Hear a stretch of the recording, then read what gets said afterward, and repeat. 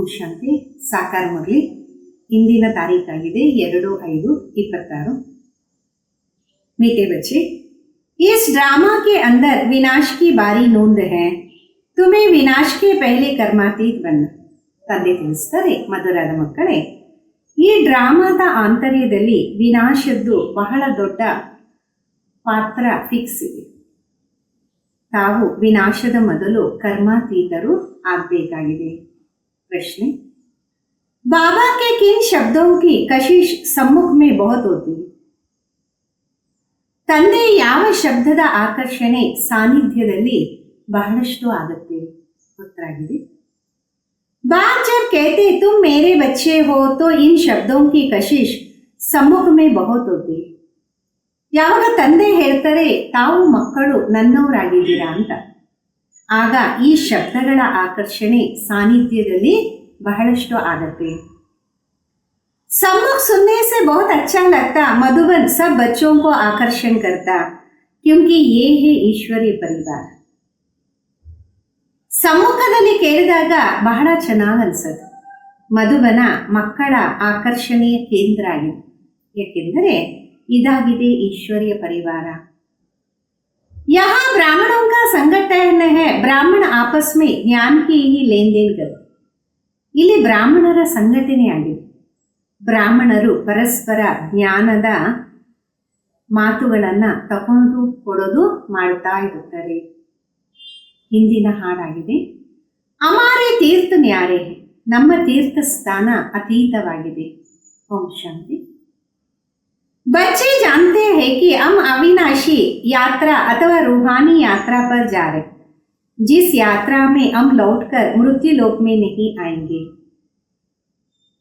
ಮಕ್ಕಳಿಗೆ ಗೊತ್ತಿದೆ ನಾವು ಅವಿನಾಶಿ ಯಾತ್ರೆ ಅಂದರೆ ಈಶ್ವರೀಯ ಯಾತ್ರೆಯಲ್ಲಿ ಹೋಗಿದ್ದೇವೆ. ಈ ಒಂದು ಯಾತ್ರೆಯಲ್ಲಿ ನಾವು ವಾಪಸ್ಸು ಮೃತ್ಯು ಲೋಕದಲ್ಲಿ ಬರೋದಿಲ್ಲ. मनुष्य तो ये बात जानते नहीं कि ऐसी यात्रा भी कोई होती जहाँ से कभी लौटकर आना ना पड़े. ಮನುಷ್ಯರಿಗೆ ಈ ಮಾತಿನ ಅರಿವಿಲ್ಲ, ಅಂಥದ್ದು ಯಾತ್ರೆ ಇರುತ್ತೆ, ಅದರಲ್ಲಿ ವಾಪಸ್ ಬರುವಂತಹ ಮಾತೇ ಇರಲ್ಲ. तुम लकी स्टार्स को अभी पता है, ये पक्का याद करना. ಈಗ ತಾವು ಲಕ್ಕಿ ನಕ್ಷತ್ರಗಳಾಗಿದ್ದಾರೆ, ನಿಮಗೆ ಗೊತ್ತಿದೆ, ಇದನ್ನ ಪಕ್ಕಾ ನೆನಪು ಮಾಡಿ. तुम आत्मा ये पाठ बजाते उस नाटक में ऐसे नहीं कहेंगे मुझ आत्मा में ये वस्त्र पहनकर पाठ बजाना अब ಗಾರ ಜಾತೆ. ನಾವು ಆತ್ಮಗಳು ಪಾತ್ರವನ್ನ ಅಭಿನಯ ಮಾಡ್ತೀವಿ. ಅಲ್ಲಿ ನಾಟಕದಲ್ಲಿ ಎಂದೂ ಹೇಳೋದಿಲ್ಲ ನಾವು ಆತ್ಮಗಳು ವಸ್ತ್ರವನ್ನ ಧಾರಣೆ ಮಾಡಿ ಪಾತ್ರವನ್ನ ಅಭಿನಯ ಮಾಡ್ತೀವಿ, ಈಗ ಮನೆಗೆ ಹೋಗ್ತೀವಿ. वो तो अपने को शरीरी समझते, यहाँ तुम बच्चे में ज्ञान है, हम आत्मा है, ये शरीर रूपी कपड़ा छोड़ फिर दूसरा जाकर लेंगे. ಅಲ್ಲಂತೂ ಶರೀರನೇ ನಾನು ಅನ್ಕೊಂಡ್ಬಿಡ್ತಾರೆ. ಇಲ್ಲಿ ಮಕ್ಕಳಿಗೆ ಜ್ಞಾನ ಇದೆ, ನಾನು ಆತ್ಮನಾಗಿದ್ದೀನಿ, ಈ ಶರೀರ ಅನ್ನುವ ವಸ್ತ್ರವನ್ನ ಬಿಟ್ಟು ಮತ್ತೆ ಹೋಗಿ ಇನ್ನೊಂದು ಪಡಿತೀನಿ. ये 84 जन्मों के पुराने कपड़े हैं, ये छोड़कर नई दुनिया में फिर नए कपड़े लेंगे. ये लक्ष्मी नारायण ने नए कपड़े पहने हैं. ಇದು 84 ಜನ್ಮದ ಹಳೆಯ ವಸ್ತ್ರ ಆಗಿದೆ. ಇದನ್ನ ತ್ಯಜಿಸಿ ಹೊಸ ಪ್ರಪಂಚದಲ್ಲಿ ಹೊಸ ವಸ್ತ್ರವನ್ನ ಧಾರಣೆ ಮಾಡ್ತೀವಿ. ಈ ಲಕ್ಷ್ಮೀ ನಾರಾಯಣ ಹೊಸ ವಸ್ತ್ರವನ್ನ ಧರಿಸಿದರಲ್ಲ. तुम्हारी ही ರಾಜಧಾನಿ के हैं, तुम भी जाइए ऐसे नए कपड़े पहनेंगे. ಅವರು ಸಹ ನಿಮ್ಮ ರಾಜಧಾನಿಯವರೇ, ತಾವು ಸಹ ಹೋಗಿ ಹೊಸ ದೈವಿ ವಸ್ತ್ರವನ್ನ ಧಾರಣೆ ಮಾಡ್ತೀರಾ. यहाँ कहते मुझ निर्गुण आरे में कोई गुण नहीं, बाबा फिर ऐसे गुणवान बना. ಇಲ್ಲಿ ಅಂತಾರೆ ನಾನು ನಿರ್ಗುಣನಾಗಿದ್ದೀನಿ, ನನ್ನಲ್ಲಿ ಯಾವುದೇ ಗುಣ ಇಲ್ಲ, ಬಾಬಾ ಮತ್ತೆ ಈ ರೀತಿ ಗುಣವಂತರಾಗಿ ಮಾಡ್ತಾರೆ. बाप कहते मेरा भी पार्ट है, आकर फिर तुमको वैसलेस बनाता हूँ. यहाँ ये है जीवन बंधन धाम रावण राज, ये तुम्हारी बुद्धि में है. हम पतित से पावन, फिर पावन से पतित कैसे बनते. ತಂದೆ ಅಂತಾರೆ ನನ್ನದು ಪಾತ್ರ ಆಗಿದೆ, ನಾನು ಬಂದು ಮತ್ತೆ ನಿರ್ವಿಕಾರಿಯಾಗಿ ಮಾಡ್ತೇನೆ. ಇಲ್ಲಿ ಇದಾಗಿದೆ ಜೀವನ ಬಂಧನ, ರಾವಣ ರಾಜ್ಯ. ಇದು ಸಹ ಮಕ್ಕಳ ಬುದ್ಧಿಯಲ್ಲಿದೆ. ನಾವೇ ಪತಿತರಿಂದ ಪಾವನ ಮತ್ತೆ ಪಾವನರಿಂದ ಪತಿತರಾಗ್ತೀವಿ. तुम बच्चे जानते हो कलयुग है अंधेरा, रावण राज्य का अब अंत है, ರಾಮ್ ರಾಜ್ ಕಿ ಅಬ್ ಆದಿ ಹೋತಿ. ಈಗ ಮಕ್ಕಳ ಗೊತ್ತಾಗಿದೆ ಕಲಿಯುಗದ ಅಂತಿಮ ಆಗಿದೆ, ರಾವಣ ರಾಜ್ಯದ ಅಂತಿಮ, ರಾಮ ರಾಜ್ಯದ ಆದಿಯಾಗಿದೆ. ಅಭಿ ಹೇ ಸಂಗಮ್, ಕಲಂ ಕೆ ಸಂಗಮ್ ಯುಗೆ ಬಾಬಾ ಕೋ ಹಿ ಆನಾ ಪಡ್ತಾ ಹೈ. ಈಗಾಗಿದೆ ಸಂಗಮ, ಕಲ್ಪದ ಸಂಗಮ ಯುಗ ತಂದೆಗೆ ಬರಬೇಕಾಗತ್ತೆ. दुनिया वाले भी अब समझ रहे हैं अब विनाश का समय है और स्थापना अर्थात भगवान कहाँ गुप्त वेश में है. आप गुप्त वेश में तो तुम आत्माएं भी हो. ಪ್ರಪಂಚದವರು ಸಹ ಅರ್ಥ ಮಾಡ್ಕೊಂತಾರೆ ಈಗ ವಿನಾಶದ ಸಮಯ ಆಗಿದೆ, ಮತ್ತೆ ಸ್ಥಾಪನೆ ಅರ್ಥ ಭಗವಂತ ಎಲ್ಲೋ ಒಂದು ರೂಪದಲ್ಲಿ ಗುಪ್ತ ವೇಷದಲ್ಲಿ ಬರ್ತಾರೆ ಇದ್ದಾರೆ. ಈಗ ನೀವು ಸಹ ಗುಪ್ತ ವೇಷದಲ್ಲಿ ಆತ್ಮಗಳು ಇದ್ದೀರಲ್ಲ. ಆತ್ಮ ಅಲಗ್ ಶರೀರ ಅಲಗ್ ಹೇ, ಮನುಷ್ಯ ಚೋಲ ಗುಪ್ತ ವೇಷ ಹೇ. ಆತ್ಮನೇ ಬೇರೆ, ದೇಹನೇ ಬೇರೆ. ಮನುಷ್ಯನ ದೇಹ ಗುಪ್ತ ವೇಷದಲ್ಲಿದೆ. बाप को भी इसमें आना है, तुम्हारे शरीर पर नाम पढ़ते उसको तो शरीर है ही नहीं. ತಂದೆಗೂ ಸಹ ಬರಬೇಕಾಗತ್ತೆ, ನಿಮ್ಮ ಶರೀರದ ಹೆಸರು ಬೀಳತ್ತೆ, ಅವರಿಗೆ ಶರೀರ ಅಂತೂ ಇಲ್ಲವೇ ಇಲ್ವಲ್ಲ. तुम भी आत्मा हो वो भी आत्मा है, आत्मा का आत्मा के साथ अब मोह हुआ. ತಾವು ಆತ್ಮರಾಗಿದ್ದೀರ, ಅವರು ಆತ್ಮರಾಗಿದ್ದಾರೆ. ಆತ್ಮ ಆತ್ಮದ ಜೊತೆ ಈಗ ಮೋಹ ಆಗಿದೆ. गाते भी है और संग तोड़ तुम संग जोड़े, जैसे आप मोह जीत हो वैसे हम भी बने. ಗಾಯನನು ಮಾಡ್ತಾರೆ, ಎಲ್ಲ ಸಂಘವನ್ನ ಬಿಟ್ಟು ನಿಮ್ಮ ಸಂಘವನ್ನ ಜೋಡಣೆ ಮಾಡ್ತೀವಿ. ಯಾವ ರೀತಿ ಈಗ ಮೋಹಜೀತರಾಗಿದ್ದೀವಿ ಅದೇ ರೀತಿ ನಾವು ಸಹ ಆಗ್ತೀವಿ. बाबा बहुत मोह जीते, कितने ढेर बच्चे हैं जो काम चिता पर बैठ गल गए हैं. ಬಾಬಾ ಬಹಳಷ್ಟು ಮೋಹಜೀತರಾಗಿದ್ದಾರೆ. ಎಷ್ಟೊಂದು ಜನ ಮಕ್ಕಳಿದ್ದಾರೆ ಕಾಮಚಿತೆಯ ಮೇಲೆ ಕುತ್ಕೊಂಡು ಸುಟ್ಟೋಗಿದ್ದಾರೆ. परमपिता परमात्मा आते हैं पुरानी दुनिया का विनाश कराने, फिर मोह कैसे होगा. पतित का विनाश हो तब तो शांति का राज्य हो. ಪರಂಪಿತ ಪರಮಾತ್ಮ ಬಂದಿದ್ದಾರೆ ಈ ಹಳೆಯ ಪ್ರಪಂಚದ ವಿನಾಶವನ್ನ ಮಾಡಕ್ಕೆ. ಮತ್ತೆ ಮೋಹ ಹಿಂಗಾಗತ್ತೆ, ಪತಿತರದು ಈಗ ವಿನಾಶ ಆದಾಗೆ ಶಾಂತಿಯ ರಾಜ್ಯ ಆಗೋದಿಕ್ಕೆ ಸಾಧ್ಯ. ಈ ಸಮಯ ಸುಖ ತೋ ಕೋಯಿ ಕೋ ಹೈ ನಹಿ, ಸಭಿ ತಮೋ ಪ್ರಧಾನ್ ದುಃಖಿ ಬಂದೆ. ಈ ಸಮಯದಲ್ಲಿ ಸುಖ ಅಂತೂ ಯಾರಿಗೂ ಇಲ್ಲ, ಎಲ್ಲರೂ ತಮೋ ಪ್ರಧಾನ ದುಃಖಿಗಳಾಗ್ಬಿಟ್ಟಿದ್ದಾರೆ.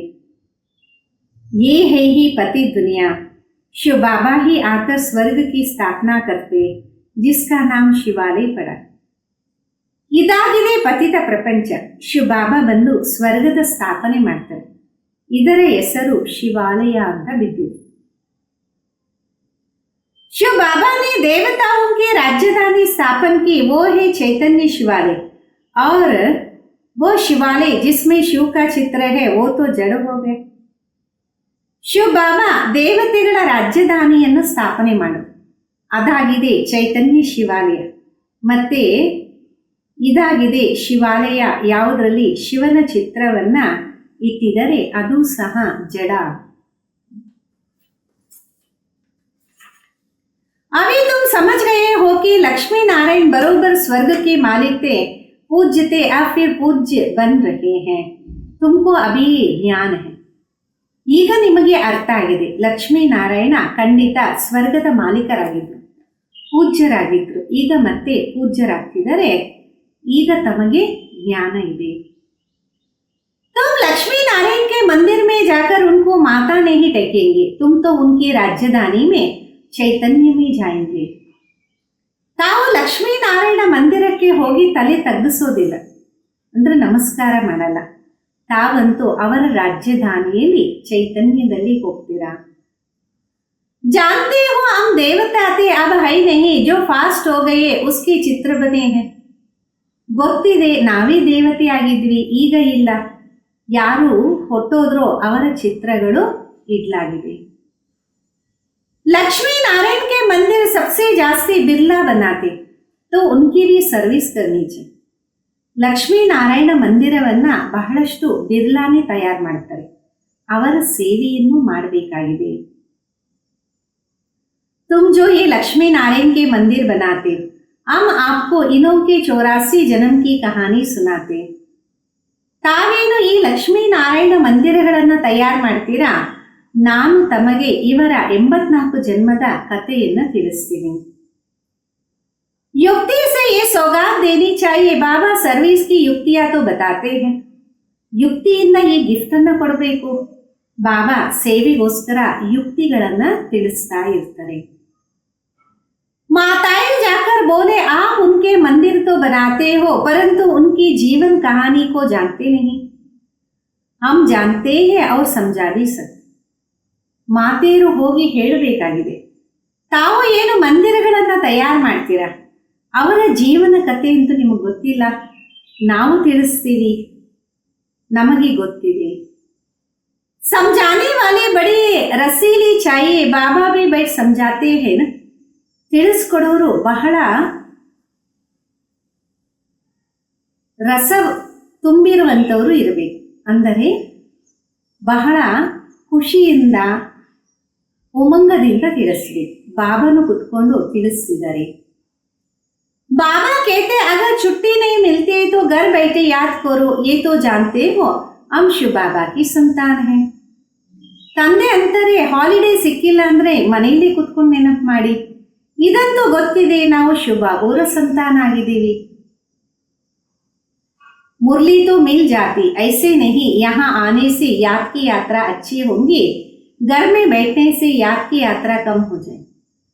ಮುರಳಿ ಅಂತೂ ಸಿಗತ್ತೆ, ಆ ರೀತಿ ಅಲ್ಲ, ಇಲ್ಲಿ ಬಂದರೆ ನೆನಪಿನ ಯಾತ್ರೆ ಚೆನ್ನಾಗಾಗತ್ತೆ, ಮನೇಲಿ ಕುತ್ಕೊಂಡಿದ್ರೆ ನೆನಪಿನ ಯಾತ್ರೆ ಕಡಿಮೆ ಆಗತ್ತೆ ಅಂತ. बादल आते रिफ्रेश होने, तुम भी आते हो रिफ्रेश होने, बाबा के पास सम्मुख जाइए. ಮೋಡಗಳು ಬರುತ್ತೆ ರಿಫ್ರೆಶ್ ಆಗಕ್ಕೆ, ತಾವು ಸಹ ಬರ್ತೀರಾ ರಿಫ್ರೆಶ್ ಆಗಕ್ಕೋಸ್ಕರ ತಂದೆಯ ಸಮ್ಮುಖದಲ್ಲಿ ಬರ್ತೀರಾ. आत्मा को ज्ञान है, सम्मुख सुनने से अच्छा लगता, बात तो वही है, देखते हो बाबा शिव बाबा है, कैसे बैठ बच्चों को समझाते. ಆತ್ಮಕ್ಕೆ ಜ್ಞಾನ ಇದೆ, ಸಮ್ಮುಖದಲ್ಲಿ ಕೇಳಿದಾಗ ಬಹಳ ಚೆನ್ನಾಗಿ ಅನಿಸುತ್ತೆ. ಮಾತಂತೂ ಅದೇ, ನೋಡ್ತೀರಾ ಶಿವ ಬಾಬಾ ಯಾವ ರೀತಿ ಕುತ್ಕೊಂಡು ಮಕ್ಕಳಿಗೆ ತಿಳಿಸ್ಕೊಡ್ತಾರೆ. बच्चे तुम मेरे हो, तुमने 84 जन्म का पाठ बजाया, तुम जनन मरण में आते हो, मैं नहीं आता, मैं पुनर्जन्म नहीं लेता. ಮಕ್ಕಳೇ ತಾವಂತೂ ಅದೇ ಆಗಿದ್ದೀರಾ, ತಾವು 84 ಜನ್ಮದ ಪಾತ್ರವನ್ನ ಅಭಿನಯ ಮಾಡಿದ್ರು, ತಾವು ಚರಣ ಮರಣದಲ್ಲಿ ಬರ್ತೀರ, ನಾನು ಬರೋದಿಲ್ಲ, ನಾನು ಪುನರ್ಜನ್ಮವನ್ನ ಪಡೆಯೋದೇ ಇಲ್ಲ. ಆ ಜನ್ಮ ಮೇ ನಹಿ ಆತಾ ಹೋ ಪರಂತು ಬೂಢೆ ತನ್ಮೆ ಪ್ರವೇಶ ಕರ್ತಾ ಹೂಂ. ಆ ಜನ್ಮನೂ ಅಲ್ಲ, ಬರ್ತೀನಿ, ಆದರೆ ವೃದ್ಧನ ದೇಹದ ಆಧಾರವನ್ನ ಪಡಿತೀನಿ. तुम आत्मा छोटे बच्चे के शरीर में प्रवेश करते हो, मैं परम धाम से आता हूँ नीचे पाठ बजाने, मैं विकारी के घर पे नहीं आता. ತಾವು ಸಣ್ಣ ಮಗುವಿನ ದೇಹದ ಶರೀರದಲ್ಲಿ ಪ್ರವೇಶ ಮಾಡ್ತೀರ, ನಾನು ಪರಂಧಾಮದಿಂದ ಕೆಳಗಡೆ ಬಂದು ಪಾತ್ರವನ್ನ ಅಭಿನಯ ಮಾಡ್ತೀನಿ, ನಾನು ವಿಕಾರದ ಗರ್ಭದಲ್ಲಿ ಬರೋದೇ ಇಲ್ಲ. मुझे कहते हो त्वमेव माता च पिता, मेरा कोई माँ बाप हो ना सके, मैं सिर्फ शरीर का आधार ले पाठ बजाता. ನನಗೆ ಅಂತೀರ ತ್ವಮೇವ ಮಾತಾ च पिता ಅಂತ, ನನಗೆ ತಾಯಿ ತಂದೆ ಯಾರೂ ಇಲ್ಲ, ನಾನು ಶರೀರದ ಆಧಾರವನ್ನ ಪಾತ್ರ ಮಾಡಕ್ಕೋಸ್ಕರ ಪಡಿತೀನಿ. तुम मुझे बुलाते हो दुख हरकर सुख देने के लिए, आप सम्मुख आया हूँ, आत्मा उनसे बातें कर रहा हूँ. ತಾವು ನನ್ನನ್ನು ಕರೀತೀರಾ ದುಃಖವನ್ನ ಹರಿಸಿ ಸುಖವನ್ನ ನೀಡಕ್ಕೋಸ್ಕರ, ಈಗ ಸಮ್ಮುಖ ಬಂದಿದ್ದೀನಿ, ಆತ್ಮಗಳ ಜೊತೆ ಮಾತಾಡ್ತಾ ಇದ್ದೀನಿ. यहाँ तो सब ब्राह्मण ही है, तुम बाहर जाते हो तो हंस और बगुले जाते हो, यहाँ मधुबन में तुमको संग ही ब्राह्मणों का है. ಇಲ್ಲಂತೂ ತಾವೆಲ್ಲ ಬ್ರಾಹ್ಮಣರೇ ಆಗಿದ್ದಾರೆ, ಹೊರಗಡೆ ಹೋದಾಗ ಹಂಸ ಪಕ್ಷಿಗಳು ಮತ್ತೆ ಕೊಕ್ಕರೆಗಳು ಹೋಗ್ತವೆ. ಇಲ್ಲಿ ಮಧುಬನದಲ್ಲಿ ತಾವೆಲ್ಲ ಬ್ರಾಹ್ಮಣರ ಸಂಘಟನೆಯಲ್ಲೇ ಇರ್ತೀರ. आपस में ज्ञान के चिट्चाटे करेंगे, हम अपनी राजधानी स्थापन कर रहे हैं. ಪರಸ್ಪರ ಜ್ಞಾನದ ವಾರ್ತಾಲಾಪವನ್ನೇ ಮಾಡ್ತೀವಿ. ನಾವು ನಮ್ಮ ರಾಜಧಾನಿಯನ್ನ ಸ್ಥಾಪನೆ ಮಾಡ್ತಾ ಇದ್ದೀವಿ. बाबा आया हुआ है, एक दो को ये युक्ति बाबा को याद करते कि बताते रहो. भोजन पर भी एक दो को इशारे देते रहो कि बाबा को याद करो. ತಂದೆ ಬಂದಿದ್ದಾರೆ, ಪರಸ್ಪರ ಯುಕ್ತಿಯನ್ನ ತಿಳಿಸಿ. ತಂದೆಯ ನೆನಪನ್ನ ಯಾವ ರೀತಿ ಮಾಡಬೇಕು ತಿಳಿಸಿ. ಆಹಾರವನ್ನು ಸೇವನೆ ಮಾಡಿದಾಗ ಒಬ್ಬರು ಇನ್ನೊಬ್ಬರಿಗೆ ಈಶ್ವರಿಯ ಸೈಗೆಯನ್ನ ಮಾಡಿ ತಂದೆಯ ನೆನಪು ಮಾಡಿ. बहुत बड़ा संगठन है, वहां तो विकारी साथ में रहते तो उसकी कशिश होती. ಇಲ್ಲಿ ಬಹಳ ದೊಡ್ಡ ಸಂಘಟನೆ ಇದೆ. ಹೊರಗಡೆ ಆದರೆ ವಿಕಾರಿ ಸಾಥ್ ಜೊತೆಯಲ್ಲಿ ಇರುವ ಕಾರಣ ಅವರ ಸೆಳೆತ ಆಗುತ್ತೆ. यहाँ तो किसके कशिश नहीं होती, वॉरियर्स के साथ रहते हैं. तुम्हारा ಕುಟುಂಬ ये है. ಇಲ್ಲಂತೂ ಆಕರ್ಷಣೆ ಇಲ್ಲವೇ ಇಲ್ಲ. ಯೋಧರ ಜೊತೆಯಲ್ಲಿ ಇರ್ತಾರೆ. ಇದು ನಿಮ್ಮದೊಂದು ಕುಟುಂಬ ಆಗಿದೆ. बुद्धि में यही रहता, जो कोई मिले उसको बाबा का परिचय दे कि भगवान को याद करो. दो बाबा है ना. ಬುದ್ಧಿಯಲ್ಲಿ ಇದೇ ಇರುತ್ತೆ. ಯಾರೇ ಸಿಕ್ಕಿದ್ರೂ ಅವ್ರಿಗೆ ತಂದೆಯ ಪರಿಚಯವನ್ನ ನೀಡೋಣ. ಭಗವಂತನನ್ನ ನೆನಪು ಮಾಡಿ. ಇಬ್ಬರು ತಂದೆ ಇದ್ದಾರಲ್ಲ. लौकिक बाप होते भी भगवान को याद करते हो ना, वो लौकिक फादर है. ಲೌಕಿಕ ತಂದೆ ಇದ್ದರೂ ತಂದೆಯನ್ನ ನೆನಪು ಮಾಡ್ತೀರ. ಅವರು ಲೌಕಿಕ ತಂದೆ ಆಗಿದ್ದಾರೆ. लौकिक फादर को गॉड फादर नहीं कहेंगे, वो पारलौकिक बाप है. जरूर गॉड फादर से वर्षा मिलता होगा. ಲೌಕಿಕ ತಂದೆಗೆ ಗಾಡ್ ಫಾದರ್ ಅಂತ ಹೇಳಲ್ಲ. ಇದಾಗಿದೆ ಪಾರಲೌಕಿಕ ತಂದೆ. ಇಲ್ಲಿ ಗಾಡ್ ಫಾದರ್ ಇಂದ ಆಸ್ತಿ ಸಿಗತ್ತೆ. ऐसे ऐसे बू बू करते रहो, तुम ब्राह्मण हो ना, ಸನ್ಯಾಸಿ भी बू बू करते. ಈ ರೀತಿ ತಾವು ಎಲ್ಲರಿಗೂ ಜ್ಞಾನವನ್ನ ತಿಳಿಸ್ತಾ ಇರಿ. ತಾವು ಬ್ರಾಹ್ಮಣರಾಗಿದ್ದೀರ, ಸನ್ಯಾಸಿರು ಇದೇ ರೀತಿ ತಿಳಿಸ್ಕೊಡ್ತಾರೆ. इस दुनिया का सुख कांग विष्ठा के समान है, कितना दुख है वो तो है अटयोगी निवृत्ति मार्ग वाले, उनका धर्म ही अलग है. ಈ ಪ್ರಪಂಚದ ಸುಖ ಬಹಳ ಅಲ್ಪ ಆಗಿದೆ, ಅದಕ್ಕೆ ಬಹಳಷ್ಟು ದುಃಖನೇ ಇದೆ. ಅವರಂತೂ ಹಠಯೋಗಿಗಳು, ನಿವೃತ್ತಿ ಮಾರ್ಗದವರು. ಅವರ ಧರ್ಮನೇ ಬೇರೆ ಆಗಿದೆ. तुम जानते हो सतयुग में हम कितना सुखी पवित्र थे. भारत प्रवृत्ति मार्ग था, ದೇವಿ ದೇವತಾವಂಕ ರಾಜ್ಯದ. ಸತ್ಯುಗದಲ್ಲಿ ನಾವು ಎಷ್ಟು ಸುಖಿ ಪವಿತ್ರವಾಗಿದೆ. ಭಾರತ ಪವಿತ್ರ ಮಾರ್ಗವಾಗಿತ್ತು.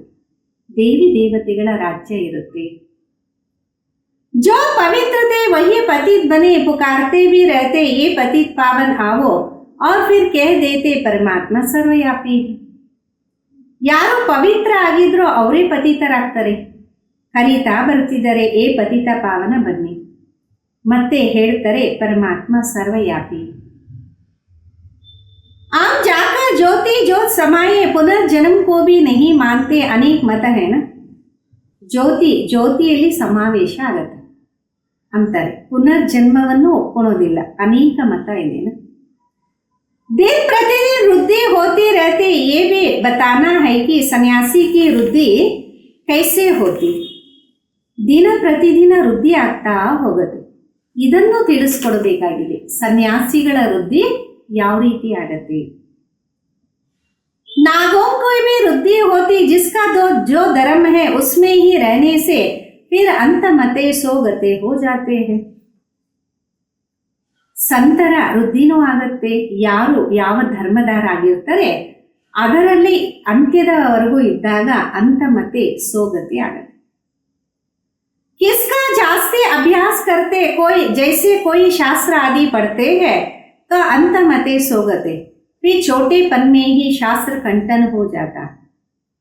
ಯಾರು ಜಾಸ್ತಿ ಯಾವುದರ ಅಭ್ಯಾಸವನ್ನ ಮಾಡ್ತಾರೆ ತಿಳ್ಕೊಳ್ಳಿ, ಯಾರಾದರೂ ಶಾಸ್ತ್ರಗಳ ಅಧ್ಯಯನವನ್ನು ಮಾಡ್ತಾರೆ. ಅಂತ್ಯ ಮತ್ತೆ ಸೋಗತಿ ಅಂದರೆ ಬಾಲ್ಯದಿಂದಲೇ ಮತ್ತೆ ಶಾಸ್ತ್ರಗಳನ್ನು ಕಂಠಸ್ಥ ಮಾಡ್ತಾರೆ. अभी बाबा कहते मैं फलाना हूं, ये सब देह अभिमान की बात छोड़ो. अपने को अशरीरी आत्मा समझे बाबा को याद. ಈಗ ತಂದೆ ಅಂತಾರೆ ನಾನು ಇದಾಗಿದ್ದೀನಿ ಅದಾಗಿದ್ದೀನಿ, ಈ ಎಲ್ಲ ದೇಹ ಅಭಿಮಾನದ ಮಾತನ್ನ ಬಿಡಿ, ತಮ್ಮನ್ನ ತಾವು ಅಶರೀರಿ ಆತ್ಮ ಅಂತ ತಿಳಿಯಿರಿ, ಮತ್ತೆ ತಂದೆಯನ್ನ ನೆನಪು ಮಾಡಿ. ये शरीर को देखते हुए नहीं देखो, देह सही देह के सब संबंध आदि हैं, सबको छोड़ो. ಈ ಶರೀರವನ್ನು ನೋಡ್ತಿದ್ರು ನೋಡದೇ ಇರಿ, ದೇಹ ಸಹಿತ ದೇಹದ ಎಲ್ಲ ಸಂಬಂಧಗಳನ್ನು ಮರೆತು ನನ್ನನ್ನು ನೆನಪು ಮಾಡಿ. अपने को आत्मा निश्चय करो, बाबा को याद करो, इसमें टाइम बहुत लगता. ತಮ್ಮನ್ನ ತಾವು ಆತ್ಮ ಅಂತ ನಿಶ್ಚಯ ಮಾಡಿ ಪರಮಾತ್ಮನನ್ನು ನೆನಪು ಮಾಡಿ, ಇದರಲ್ಲಿ ಸಮಯ ಬಹಳಷ್ಟು ಹಿಡಿಸುತ್ತೆ. माया याद करने नहीं देते, नहीं तो वानप्रस्थी के लिए बहुत सहज है ना. ಮಾಯೆ ನೆನಪು ಮಾಡಕ್ ಬಿಡಲ್ಲ, ಇಲ್ಲ ಅಂದರೆ ವಾನಪ್ರಸ್ಥಿಗಳಿಗೆ ಇದು ಬಹಳ ಸಹಜ ಅಲ್ವಾ. बाप खुद कहते अभी तुम छोटे बड़े सबकी वानप्रस्थ अवस्था है, एक तरफ विनाश भी होता रहेगा, दूसरे तरफ जन्म भी लेते रहे. ತಂದೆ ಸ್ವಯಂ ಅಂತಾರೆ ಈಗ ತಾವು ಸಣ್ಣವರು ದೊಡ್ಡವರು ಎಲ್ಲರದು ವಾನಪ್ರಸ್ಥ ಸ್ಥಿತಿ ಆಗಿದೆ. ಒಂದು ಕಡೆ ವಿನಾಶನೂ ಆಗ್ತಾ ಇರುತ್ತೆ, ಇನ್ನೊಂದು ಕಡೆ ಜನ್ಮನೂ ಪಡಿತಾ ಹೋಗ್ತಾರೆ.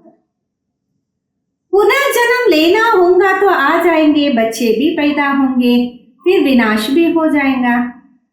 ಪುನರ್ಜನ್ಮ ಪಡೆಯೋದಿದ್ರೆ ಬಂದ್ಬಿಡ್ತಾರೆ, ಮಕ್ಕಳು ಜನ್ಮವನ್ನ ಪಡಿತಾರೆ, ಮತ್ತೆ ವಿನಾಶನೂ ಆಗತ್ತೆ. ये तो तुम जानते हो, कोई गर्भ में होगा, कोई कहाँ, सब खत्म हो जाएंगे, सब अपना हिसाब किताब चुप्त कर वापस जाए.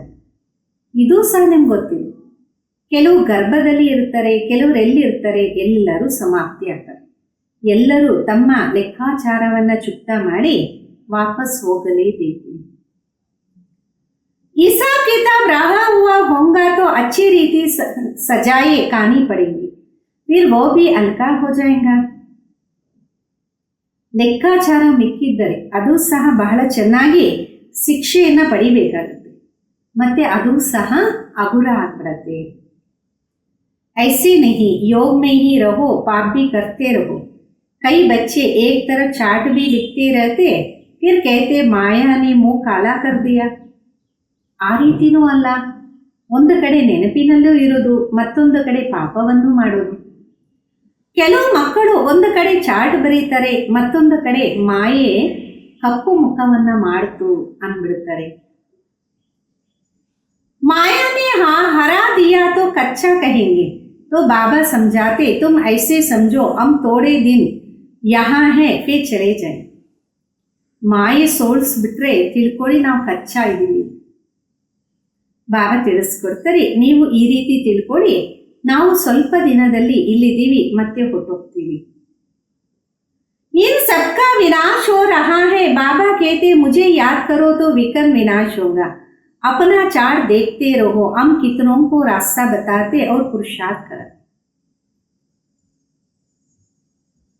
ಇವರೆಲ್ಲರ ವಿನಾಶ ಆಗ್ತಿದೆ. ತಂದೆ ಅಂತಾರೆ ನನ್ನನ್ನ ನೆನಪು ಮಾಡಿ ವಿಕರ್ಮ ವಿನಾಶ ಆಗತ್ತೆ. ನಿಮ್ಮ ಚಾರ್ಟನ್ನು ನೋಡ್ತಾ ಇರಿ, ನಾವು ಎಷ್ಟು ಜನಕ್ಕೆ ದಾರಿಯನ್ನು ತೋರಿಸಿದ್ವಿ, ಪುರುಷಾರ್ಥ ಎಷ್ಟು ಮಾಡ್ತಾ ಇದ್ದೀವಿ, ಮತ್ತೆ ಇತರರಿಂದ ಮಾಡಿಸ್ತಾ ಇದ್ದೀವಿ. तन मन धन से रूहानी सेवा में मददगार बनना है. कहते हैं मन को अमन नहीं कर सकते. ತನು ಮನ ಧನದಿಂದ ಆತ್ಮಿಕ ಸೇವೆಯ ಸಹಯೋಗಿಗಳಾಗಿ ಮನಸ್ಸನ್ನ ದಬ್ಬಿಡಬೇಡಿ. आत्मा तो है ही शांत, हम आत्मा अपने परमधाम में जाकर बैठती है.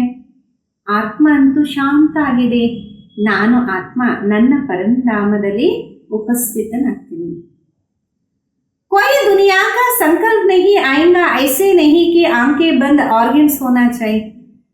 ಯಾವುದೇ ಪ್ರಪಂಚದ ಸಂಕಲ್ಪನೆ ಇರಲ್ಲ, ಆ ರೀತಿ ಎಲ್ಲ ಕಣ್ಣು ಮುಚ್ಕೊಂಡು ಅನ್ಕಾನ್ಶಿಯಸ್ ಆಗಬೇಕು.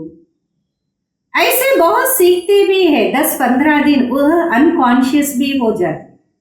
ಆ ರೀತಿ ಬಹಳಷ್ಟು ಜನ ಕಲಿತಾರೆ. 10-15 ದಿನ ಅನ್ಕಾನ್ಶಿಯಸ್ ಆಗ್ಬಿಡ್ತಾರೆ. ये अभ्यास करते इतना समय बाद जग जाएंगे. जैसे टाइम बॉम्ब होता है उसका भी टाइम होता. ये इतने घंटे के बाद फटेंगे. ಈ ಅಭ್ಯಾಸವನ್ನ ಮಾಡ್ತಾರೆ. ಇಷ್ಟು ಸಮಯದ ನಂತರ ನಾವು ಜಾಗೃತರಾಗ್ತೀವಿ ಅಂತ. ಯಾವ ರೀತಿ ಟೈಮ್ ಬಾಂಬ್ ಇರುತ್ತೆ, ಅದಕ್ಕೆ ಒಂದು ಸಮಯ ಇರುತ್ತೆ. ಆ ಸಮಯ ಆದ್ಮೇಲೆ ಅದು ಇರುವ ಕಡೆನೆ ಮುರಿಯುತ್ತೆ. तुम बच्चों को पता है हम योग लगा रहे.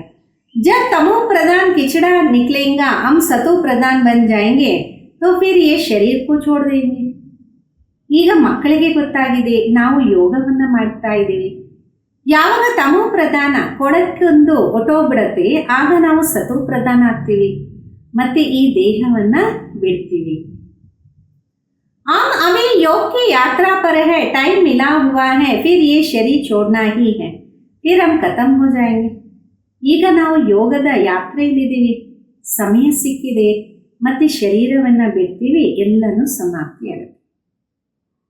टाइम नोंदा हुआ है फिर पिछाड़ी में मच्छरों दृश्य शरीर छोड़ेंगे. विनाश होगा. तुम कर्मातीत अवस्था को पाएंगे फिर विनाश शुरू हो जाए. ಟೈಮ್ ಫಿಕ್ಸ್ ಇದೆ. ಮತ್ತೆ ಅಂತ್ಯದಲ್ಲಿ ಸೊಳ್ಳೆಗಳ ಸಮಾನ ಶರೀರವನ್ನ ಬಿಟ್ಟು ಗುಂಪು ಗುಂಪಾಗಿ ಹೋಗ್ತೀವಿ. ವಿನಾಶ ಆಗತ್ತೆ. ಕರ್ಮಾತೀತ ಸ್ಥಿತಿಯನ್ನ ಪಡಿತೀವಿ ಮತ್ತೆ ವಿನಾಶ ಆರಂಭ ಆಗತ್ತೆ. विनाश का बड़ा भारी सीन है. ये ड्रामा में भारी नोंद है. ವಿನಾಶದ್ದು ಬಹಳ ದೊಡ್ಡ ಸೀನ್ ಆಗಿದೆ. ಡ್ರಾಮಾದಲ್ಲಿ ಇದೆಲ್ಲ ಫಿಕ್ಸ್ ಆಗಿದೆ. तुम जानते हो हमारी अवस्था एक रस रहेंगी खुशी में सदै हर्षित रहेंगे.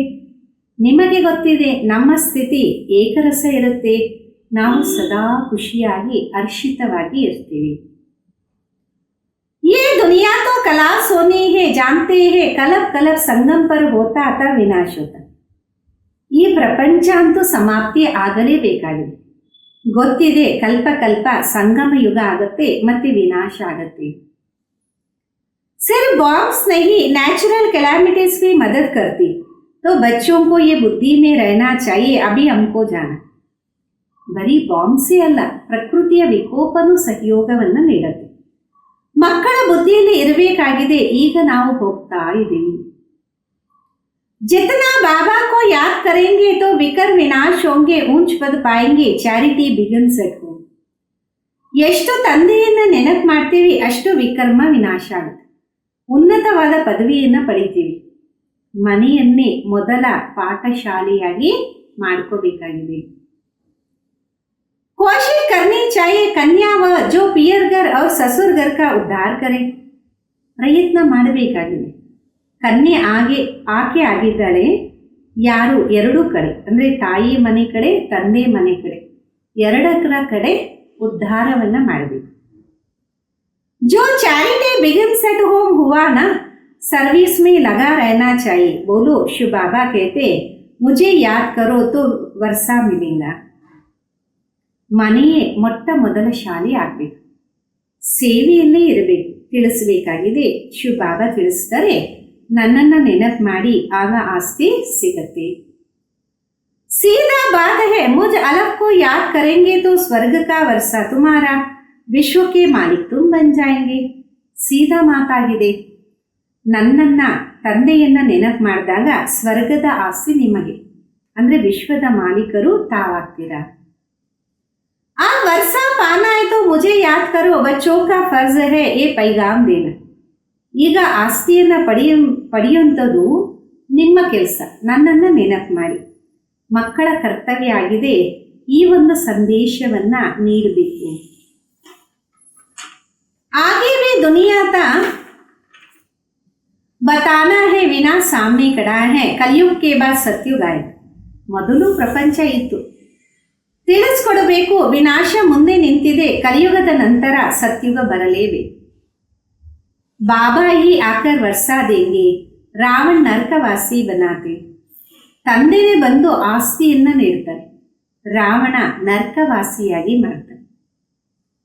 ಬಾಪ್ ಆಕರ್ ಸ್ವರ್ಗವಾಸಿ ಬನಾತೆ ಕಹಾನಿ ಭಾರತ್ ಕಿ ಹೈ. ತಂದೆ ಬಂದು ಸ್ವರ್ಗವಾಸಿಯಾಗಿ ಮಾಡ್ತಾರೆ, ಕತೆ ಭಾರತದ್ದೇ ಆಗಿದೆ. भारतवासियों को कड़ा करना है, पहले शिव के मंदिर में जाकर समझाना. ಭಾರತವಾಸಿಗಳು ಎದ್ದು ನಿಲ್ಲಬೇಕು, ಮೊಟ್ಟ ಮೊದಲು ಶಿವನ ಮಂದಿರದಲ್ಲಿ ಹೋಗಿ ತಿಳಿಸ್ಕೊಡ್ಬೇಕಾಗಿದೆ. ये बाप नई सृष्टि रचने वाला है, कहते मुझे याद करो तो तुम्हारा विकर्म विनाश हो. ಈ ತಂದೆ ಹೊಸ ಸೃಷ್ಟಿಯನ್ನ ರಚನೆ ಮಾಡ್ತಾರೆ, ತಿಳಿಸಿ ನನ್ನನ್ನ ನೆನಪು ಮಾಡಿ, ಆಗ ನಿಮ್ಮ ವಿಕರ್ಮ ವಿನಾಶ ಆಗತ್ತೆ. ये निराकार बाबा आया ब्रह्मा द्वारा स्वर्ग की स्थापना कर रहे हैं. ಈ ನಿರಾಕಾರ ತಂದೆ ಬಂದಿದ್ದಾರೆ, ಬ್ರಹ್ಮನ ಮುಖಾಂತರ ಸ್ವರ್ಗದ ಸ್ಥಾಪನೆಯನ್ನ ಮಾಡ್ತಾರೆ.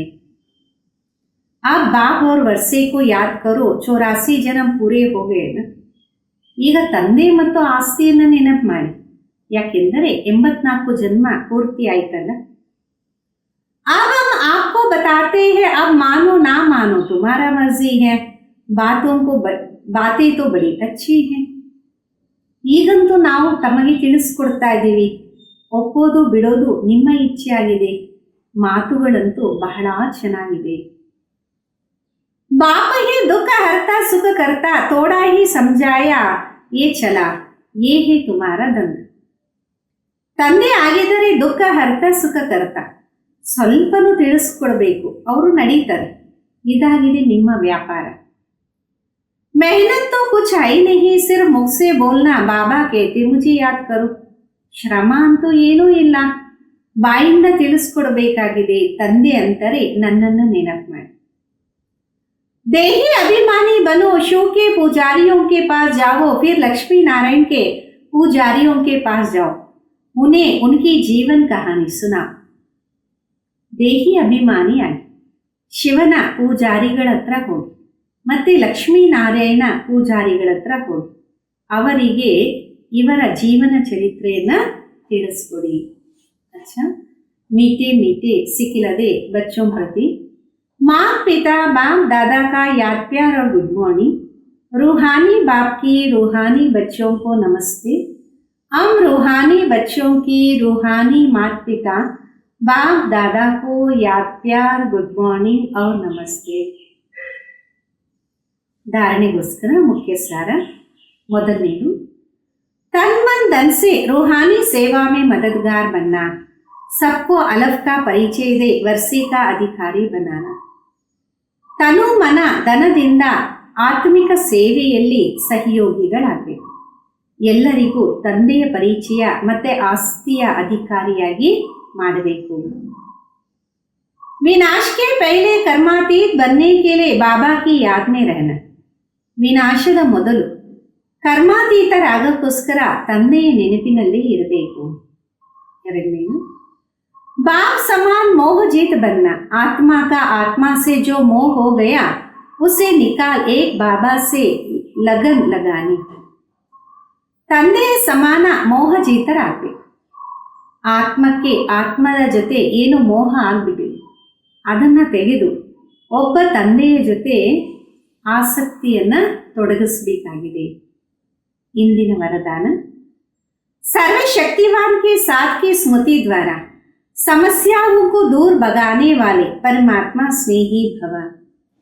ಸರ್ವಶಕ್ತಿವಂತನ ಜೊತೆಯ ಸ್ಮೃತಿಯ ಮುಖಾಂತರ ಸಮಸ್ಯೆಗಳನ್ನು ದೂರದಿಂದ ಓಡಿಸುವಂತವರು परमात्मा स्नेही भव. जो बच्चे परमात्मा स्नेही है वो स्नेही को सदा साथ रखते, इसलिए कोई भी समस्या सामने नहीं आती. ಯಾವ ಮಕ್ಕಳು ಪರಮಾತ್ಮ ಸ್ನೇಹಿಗಳಾಗಿದ್ದಾರೆ ಅವರು ಸ್ನೇಹಿಗಳನ್ನ ಜೊತೆಯಲ್ಲಿ ಇಟ್ಟುಕೊಳ್ಳುತ್ತಾರೆ, ಅಂದರೆ ಯಾವುದೇ ಪರಿಸ್ಥಿತಿ ಅವರ ಮುಂದೆ ಬರೋದಕ್ಕೆ ಸಾಧ್ಯ ಇಲ್ಲ. जिसके साथ स्वयं सर्वशक्तिवान बाप है उनके सामने समस्या ठहर नहीं सकती. ಯಾರ ಜೊತೆ ಸ್ವಯಂ ಸರ್ವಶಕ್ತಿವಂತ ತಂದೆ ಇದ್ದಾರೆ ಅವರ ಮುಂದೆ ಸಮಸ್ಯೆಗಳು ನಿಲ್ಲಕ್ಕೆ ಸಾಧ್ಯನೇ ಇಲ್ಲ. समस्या पैदा हो और वही खत्म कर दो तो वृद्धि नहीं होगी. आप समस्याओं का बर्थ कंट्रोल करो. ಸಮಸ್ಯೆಗಳಿಗೆ ಜನ್ಮವನ್ನು ಕೊಟ್ಟು ಮತ್ತೆ ಅದನ್ನು ಅಲ್ಲೇ ಸಮಾಪ್ತಿ ಮಾಡಿ ವೃದ್ಧಿ ಮಾಡಕ್ಕೆ ಹೋಗಬೇಡಿ. ಈಗ ಸಮಸ್ಯೆಗಳ ಬರ್ತ್ ಕಂಟ್ರೋಲ್ ಮಾಡಿ. सदा याद रखो संपूर्णता को समीप लाना है, समस्या को दूर भगाना. ಸದಾ ನೆನಪಿಟ್ಕೊಳ್ಳಿ, ಸಂಪೂರ್ಣತೆಯನ್ನು ಸಮೀಪದಲ್ಲಿ ತರಬೇಕು, ಸಮಸ್ಯೆಗಳನ್ನು ದೂರದಿಂದಲೇ ಓಡಿಸಬೇಕಾಗಿದೆ. ಸ್ಲೋಗನ್ ಆಗಿದೆ, प्यारे बनने का पुरुषार्थ नहीं, न्यारे बनने का पुरुषार्थ करो तो प्यारे स्वतः बन जाएंगे. ಪ್ರಿಯರಾಗುವ ಪುರುಷಾರ್ಥ ಅಲ್ಲ, ಅತೀತರಾಗುವ ಪುರುಷಾರ್ಥವನ್ನು ಮಾಡಿ. ಪ್ರಿಯರು ಸ್ವತಃ ಆಗ್ಬಿಡ್ತೀರಾ. ಅವ್ಯಕ್ತ ಇಶಾರೆ. ಸದಾ ಅಚಲ್ ಅಡೋಲ್ ಏಕರಸ ಸ್ಥಿತಿ का ಅನುಭವ ಕरो. ಸದಾ ಅಚಲ ಅಡೋಲ ಏಕರಸ ಸ್ಥಿತಿಯ ಅನುಭವವನ್ನು ಮಾಡಿ. समय प्रति समय अनेक प्रकार के विघ्न आते. कोई अच्छे अनन्य स्टूडेंट माया के वशीभूत हो एंटी हो जाते, सेवा में डिस्टर्ब करते. ಸಮಯ ಪ್ರತಿ ಸಮಯ ಅನೇಕ ಪ್ರಕಾರದ ವಿಘ್ನಗಳು ಬರುತ್ತೆ. ಕೆಲವರು ಬಹಳ ಒಳ್ಳೆ ಅನನ್ಯ ಸ್ಟೂಡೆಂಟ್ ಮಾಯೆಗೆ ವಶೀಭೂತರಾಗಿ ಎದುರು ತಿರುಗಿಬಿಡ್ತಾರೆ, ಅಂದರೆ ಸೇವೆಯಲ್ಲಿ ಡಿಸ್ಟರ್ಬ್ ಮಾಡ್ತಾರೆ. ऐसे समय पर घबराते नहीं हो, एक होता उनके प्रति कल्याण की भावना से तरस रखना. ಅಂತಹ ಸಮಯದಲ್ಲಿ ಭಯಪಡಲ್ಲ ತಾನೆ, ಒಂದಾಗಿರುತ್ತೆ ಅವರ ಪ್ರತಿ ಕಲ್ಯಾಣದ ಭಾವನೆ, ದಯೆಯನ್ನು ಇಡುವುದು. ಲೇಕಿನ್ ಉಸ್ಕೆ ಕಾರಣ ಹಲ್ಚಲ್ ಮೇ ಆನಾ ಅಥವಾ ವ್ಯರ್ಥ ಸಂಕಲ್ಪ ಚಲಾನ ಯೇ ಹೈ ಇಲ್ಲ. ಆದರೆ ಅವರ ಕಾರಣ ಏರುಪೇರಿನಲ್ಲಿ ಬರೋದು ಅಥವಾ ವ್ಯರ್ಥ ಸಂಕಲ್ಪವನ್ನು ನಡೆಸೋದು ಇದಾಗಿದೆ, ಅಲ್ಲಾಡುವಂಥದ್ದು. ಜೋ ಹರ್ ಆತ್ಮ ಕೆ ಪಾಠ ಕೋ ಸಾಕ್ಷಿ ದೃಷ್ಟ ಸ್ಥಿತಿ ಮೇ रहकर देखते वह अचल अडोल एक रस रहते हैं.